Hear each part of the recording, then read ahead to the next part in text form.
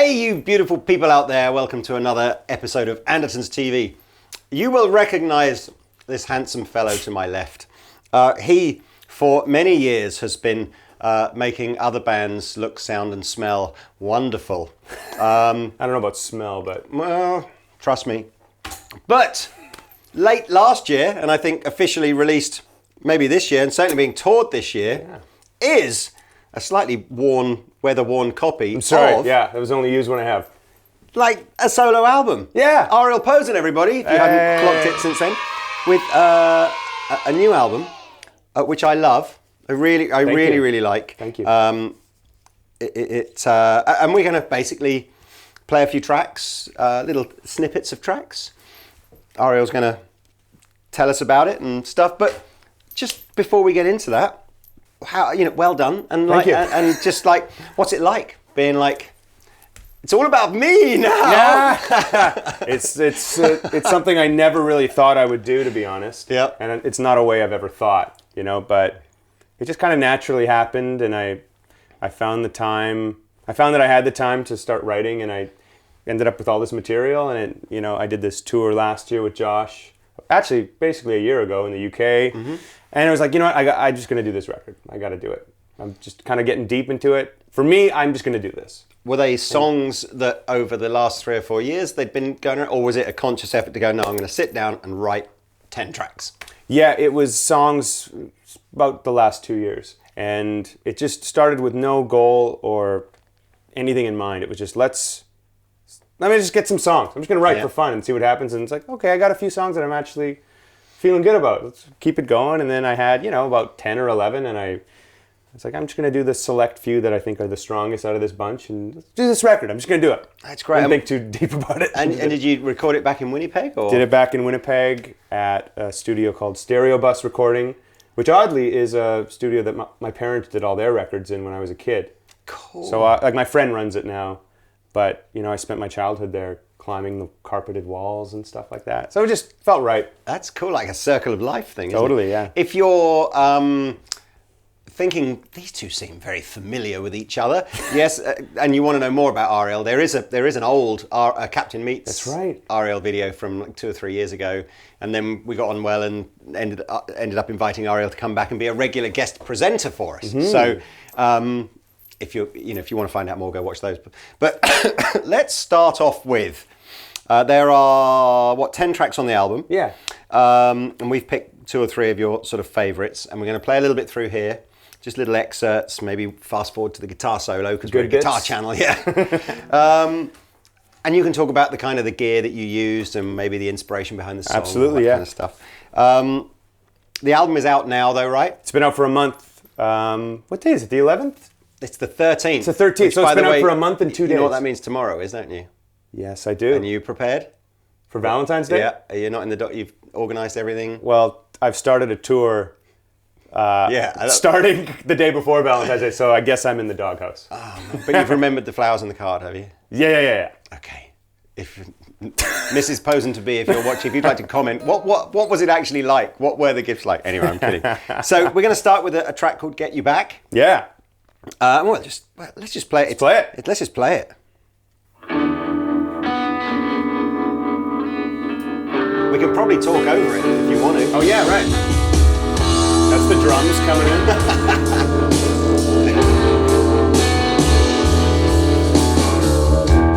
These days can't tell nothing from what. Actually, I like this on the fly edit here. That was the funny thing. The very first thing when Ariel sent me a pre-CD version of this, it was like amazing. Who did you get to sing on it? He's great. Like that. I was like, it's me. It's like, who knew? Well, you obviously knew, didn't you? Were you mainly BVs before though? And... I've been singing forever, and I got my start as a musician by fronting bands, singing just for fun.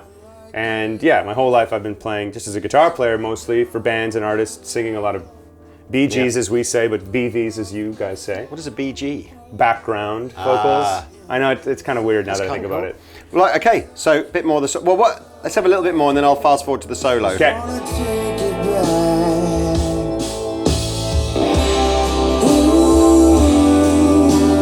Tired of this heart.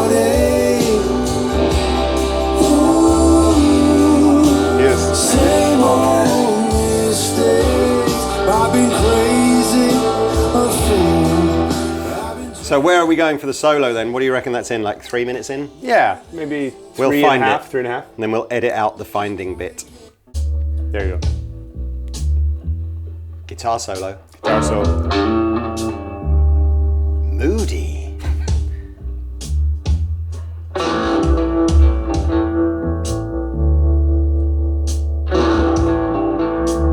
It's what you call like finding the space, isn't it? Just like just trio for the solo. Just wanted it to be totally open. You know, feel really live, which it was.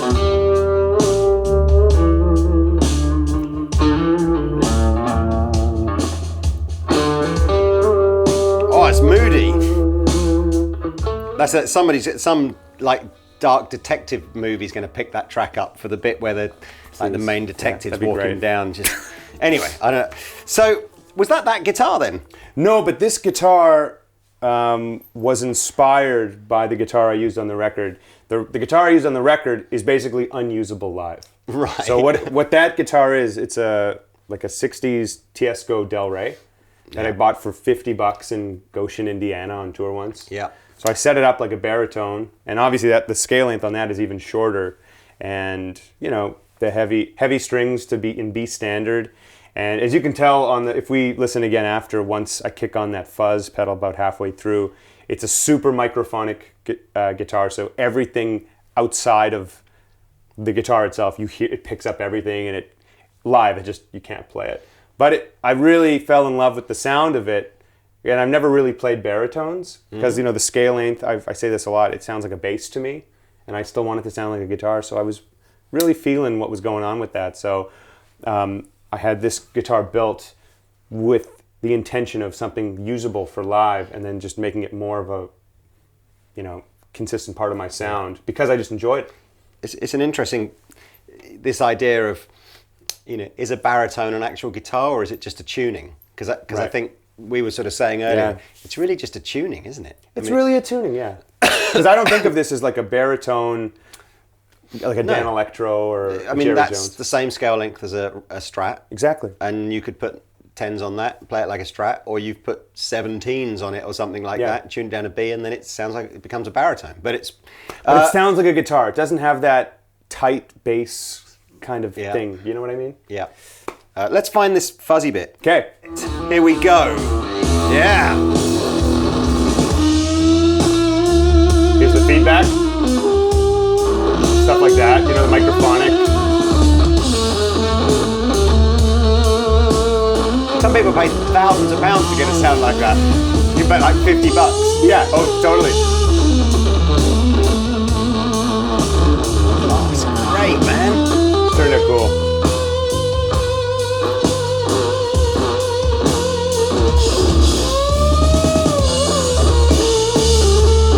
So how are you going to try and replicate that live then? Well, so it was that guitar with a Hudson Broadcast, and there's a big plate reverb on that, which is giving it a really big sound, as well as this Victoria Reverberato I have, which I call Frank. It well. Yeah, yes, mine, in the ammo box, you mean? Yeah. Is that, No, mine's the actual big one. Oh, okay. It's like the size of that Marshall. Whoa. It's huge. Mm-hmm. But it was into this old K amp. I don't know what kind of model it was, but a tiny little K combo that basically tried to blow up. It was on 10. And then for that solo, I kicked on this Jesse Davey Kingtone silicon fuzz, and it just kind of... So you got like $50 a guitar, $50 of amp, Yeah. $2,000 for the pedals. Pedals, yeah. It's such an extraordinary, It's so weird. isn't it? But it had the vibe, it had the mojo, and there's a lot of imperfections about it, and that's my favorite part about it. There's just demonstrating how there's no right or wrong with the guitar. Exactly. If the sound is good, it doesn't matter what gear you're getting out.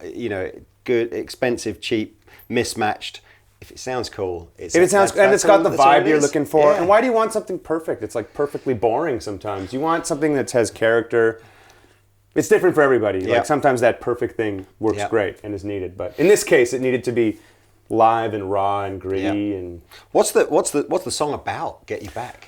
Well, that song is actually just it's just standard. It's not non-autobiographical or anything like that. I was hoping you were going to fall into my trap. But everyone's been in a place like that where a relationship has gone bad and you're kind of down and out and feeling like crap. So Get You Back is not Get You Back from as in Be My Girlfriend Again. It's Get You Back as in revenge. No, it is like the first one. It's Get You Back as well. Got to get my shit together and like fix this kind of thing. Good message. Yeah. Good message. I like it. Right. Well, honestly, man, I listen to this album all the time. So let's pick your next favorite song, and what do you think? Yeah, let's put on Fade. Fade is the track that you released single. first, wasn't it? Yeah. So you might have seen this if you're a fan of Ariel's on YouTube.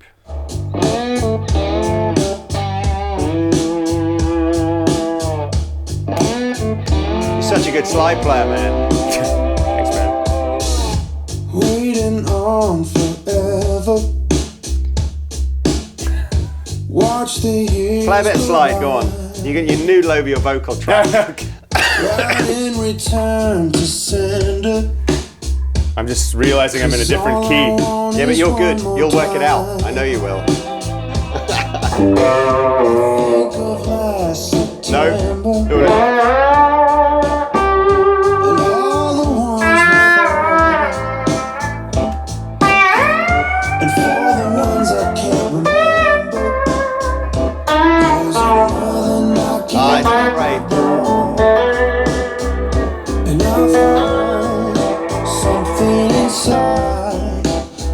If you are ever playing a gig, do not do that. Well, over the singer. Don't just play over the singer. Unless it's your band, you can do what you like then. Yeah. I mean, that's sort of a bit more familiar territory, isn't it? The sort of Fade thing from perhaps what people might have heard you play over the last 3 or 4 years. Yeah, that song it was actually the last song written for the record. And in terms of the production, it just became like the anti-everything production-wise song. So like, there's not a single crash on the drums. It's basically doing that same groove the whole time. It's very minimal, like guitars. There's that one main track the whole time, and then there's a couple of little candy bits in the choruses and bridge. There's a lot of Bee Gees and stuff like that. Yeah. But it doesn't get epic, but it kind of it's a lovely track. It does its own little thing. It's a really nice, easy to listen to track. Just like life is good. Fades on in the background. It's a cool track. I really, Thanks, I've enjoyed all of them. But so for that, when you're approaching a song when you want a very minimalistic vibe to it, possibly with the exception, as you say, layering up some vocals or whatever. Yeah.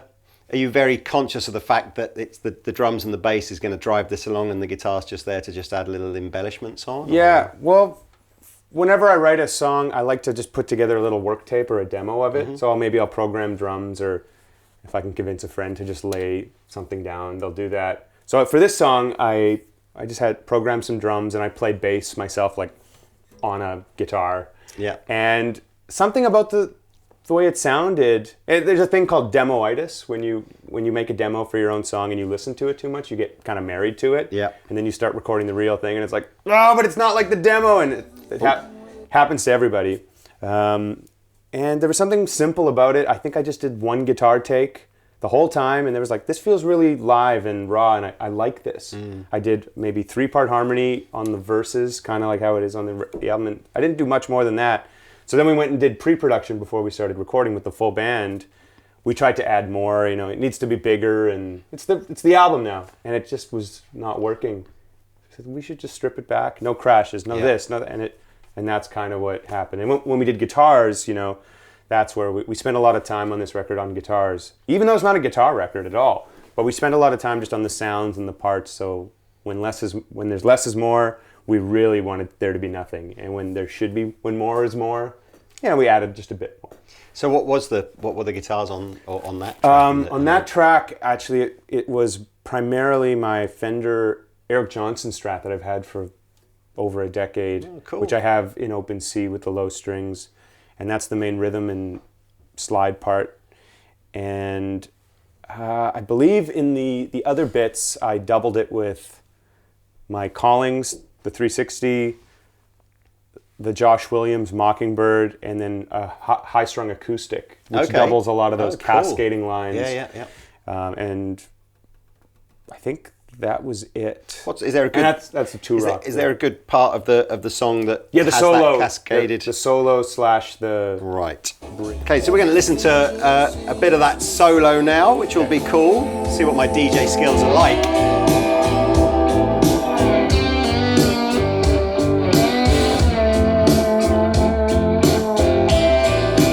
That's the acoustic, right? And like two other electrics. Yeah. High octave, low octave.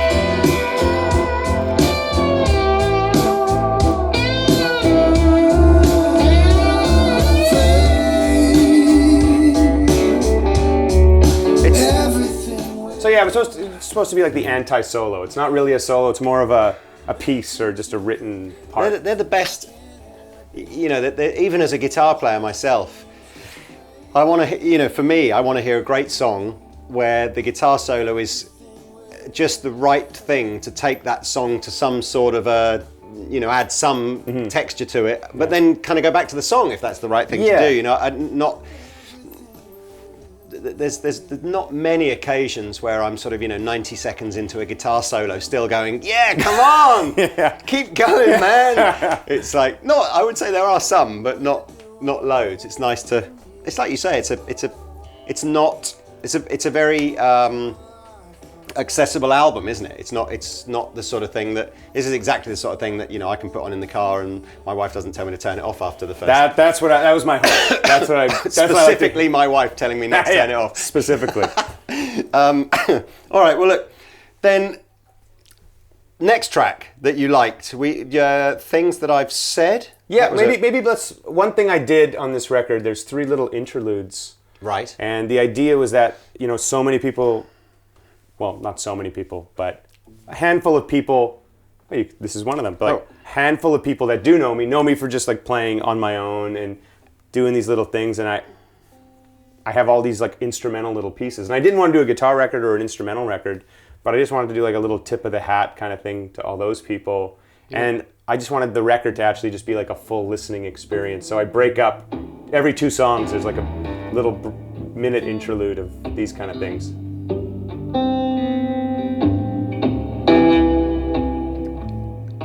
Is this that reverb you were talking about? That's Frank, and that's also the like the studio plate reverb. Yeah. I'm addicted to it. It's also a 68 super reverb. Right. So reverb plus reverb plus reverb. Yeah. Yes. If only there was just slightly more. No. Yeah.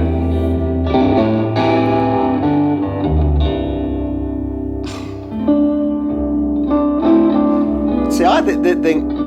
Sometimes I think when you're playing a baritone-tuned guitar, it's not. I mean, the bass notes are, I guess, what's most obviously different. Yeah. But even the treble notes just have a much rounder, chimier kind of tone to them. There's a chimier. There's a bit more of a mid push as well, which I really like. Yeah. On an instrumental track like the one we've just heard, how do you title something like that? I have no idea. It's a really difficult. I don't know how instrumentalists actually title all their things. I just had to go for a mood or whatever. But for that song that we just listened to, I dedicated it to my wife because she likes that song a lot. Wanted to give. That's beautiful, man. Yeah. So she knows it's for her. Is that what we're saying? Or just like she knows, just in general, she gets it. Or in life. He's a keeper, Mrs. P. Look, let's choose another. We don't want to give too many away, otherwise people won't buy the album. How about the first track? Try. Let's do that. Come on, let's open up with a banger. Which is actually the first song that was written for this whole experience. Here it comes. Here we go.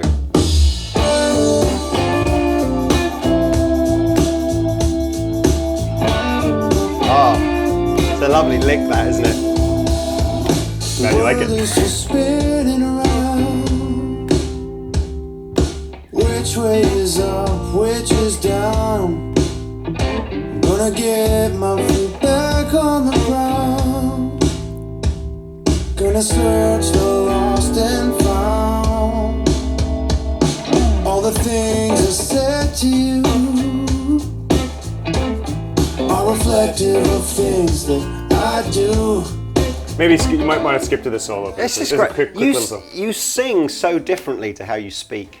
I'm still listening. I still listen to that, but that, and obviously being the first, that would have been the first track that I would have heard, and I would have just gone, I wonder who's. It's like Adele. You just don't. You don't like. Thanks. Well, as in, you don't. You know, she talks very differently. You know, so how she sings, but that's.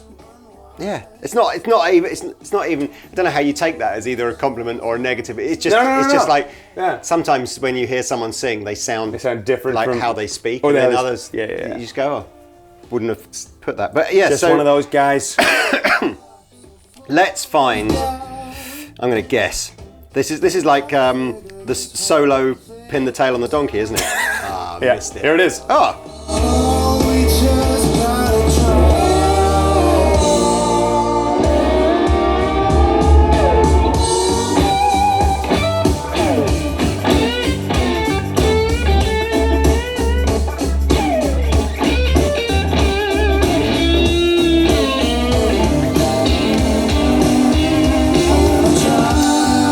Perfect. Just the right length.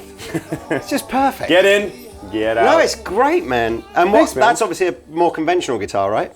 That is a standard tuning. Just all normal. In G, yeah.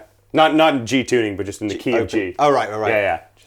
That's just great, man. Thank you. That's super great. Are you? Is this a buy only thing, or is this a streamable? It's buyable, streamable. It's available everywhere. This is so generous. So there you go. You get, and it's Spotify, all the usual stuff.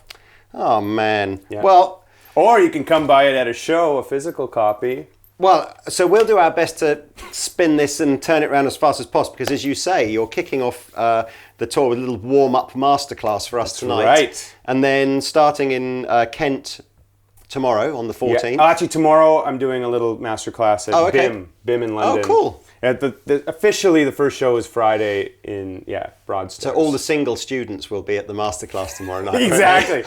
yeah. Who did you piss off by coming here? First lesson: cool. Don't ever come to one of these on Valentine's Day. And I think you were saying that. You're not even sure there are any tickets left. But where can people find out if they want to? arielposen.com/tour. You can find every date, get tickets from every link. There are definitely tickets left, so please come buy a ticket. Yeah, come have fun. This is UK only, right? Talking. We'll be doing Ireland in March and the US in April, but specifically right now in February till the 28th, all UK. Be fun. Yeah. Oh man, I'm so pleased for you. It's such a great sounding album. Thank you, man. The tour, by the sound, the fact that you're thinking that most of the dates are going to be sold out or close to sold out. It's that's amazing. So few artists get to just, for their first tour, kind of achieve that kind of. I'm happy if 3 people show up to each show. That's go, hey, nice. They're really, really small venues. That might still be sold out. Like some of the venues that I've been to. Do a tour of house concerts, but only in people's bathrooms. Yes, I'm looking forward to tonight. Me too. I know we'll just see you when we're reviewing something else at some point soon. But man, it is always a pleasure. Man. Good luck. Go and listen to the album, stream it, buy the t-shirt, grow a beard, whatever. See you later. Grow a beard. Hopefully, awesome. Hopefully you'll kick it off big time.